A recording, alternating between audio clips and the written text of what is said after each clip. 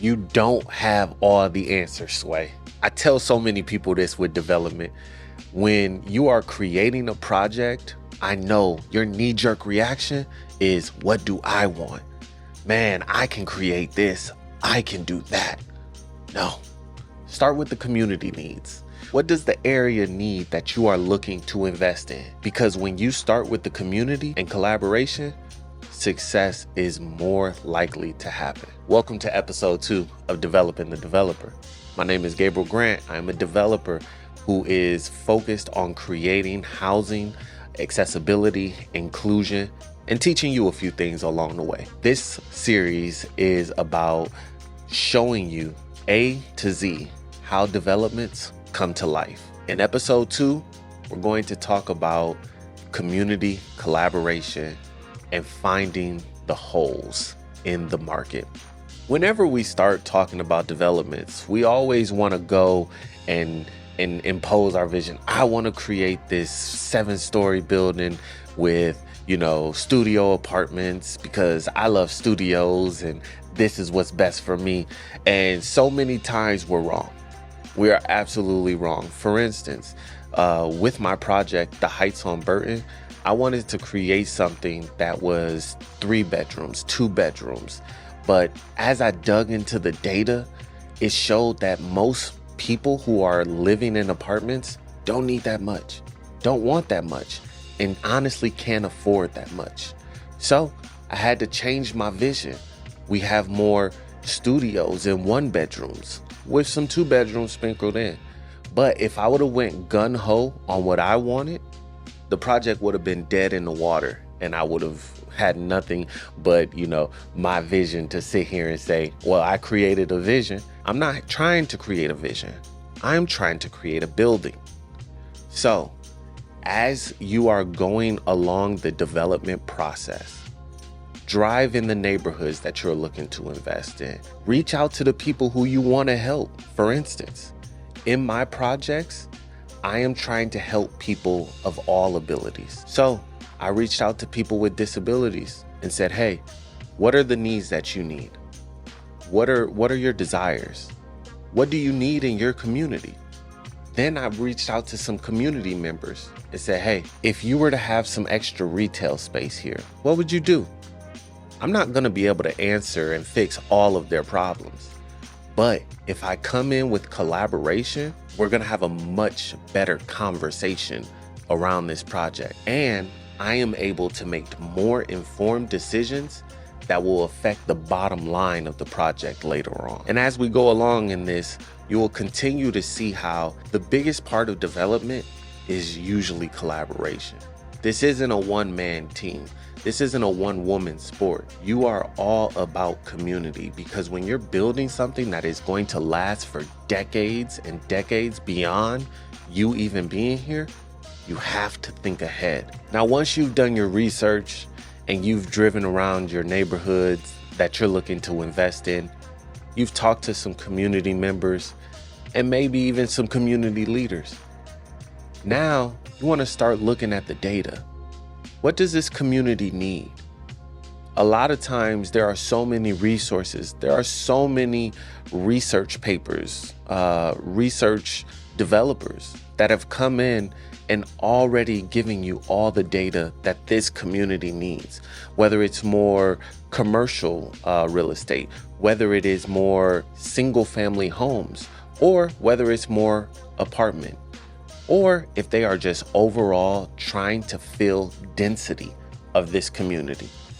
Once you gather this data, you will then be able to make informed decisions on how you will proceed.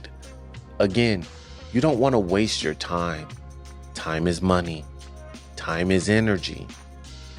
You want to use every bit of what you have focused and deliberate. So once you gather that data, then you take those conversations and you merge those 2 things together. Once you merge those 2 things together, now you are able to create something and say, okay, this is the need, this is the gap. And once you have that, you have the secret sauce. And now it's just time to put everything together. Once you've reached out and connected with the community and had some conversations about what they feel the gaps are in their community, now you're able to have a little bit more informed decision. But the community is only one piece of the puzzle. Now we want to bring in data. We want to look up the analytics and what the city, what the local government, and then also what other developers are coming in and building. Do they just need more density overall, or are they specifically looking at single family homes or commercial? Are they needing more retail space? The more data that you are able to bring in as a developer, the more deliberate and intentional you are able to make decisions. Again, one of the biggest things that will take up and make a development forever or even die in the water is time waste. Time waste is so critically important to avoid. If we are able to avoid this, then we are able to move strategically through the development process. And again, if you skip steps, that's going to cause a problem later on. So don't forget to talk to the community. And then don't forget to use the data, because once you have those two things together, now you have the secret sauce. And now you have to build it. You are able to bring in your special ability, your special experience, the things that only you know. For me specifically, I am a wheelchair user. I was injured in a car accident in 2009. I was 18 at the time. This was a critical time in my life. I experienced a dramatic change to my life. Not only was I transitioning out of my parents' home, I was also transitioning my body, and I had to relearn myself. Well, one thing that wasn't helpful during this process was understanding and learning very quickly that there is not enough accessible housing built. Through this process, I had to live in a hotel for 6 months. When I tell you it was terrible, it was terrible. And this is back in 2009. Fast forward, I am now a CEO of a home healthcare company. But many times my clients have issues of housing instability. They don't have anywhere to go. They don't have accessible housing. And the housing that they live in is just not fit for them. So many times I've experienced young people who are 20, 30, 40, 50 years old living in a nursing home. Not because that's the type of care they need, but because that's the only type of facility that can house them. That's a problem. So when I looked at this as a developer, I said, how can I fix this problem and integrate my special, unique experience? I understand accessibility. I know what it takes, what it needs to build something that is accessible. Well, then I talk to my community and they say they need inclusion. They need accessibility, but they need doors. They need affordability. All right. So now my goal is to create accessible and affordable housing.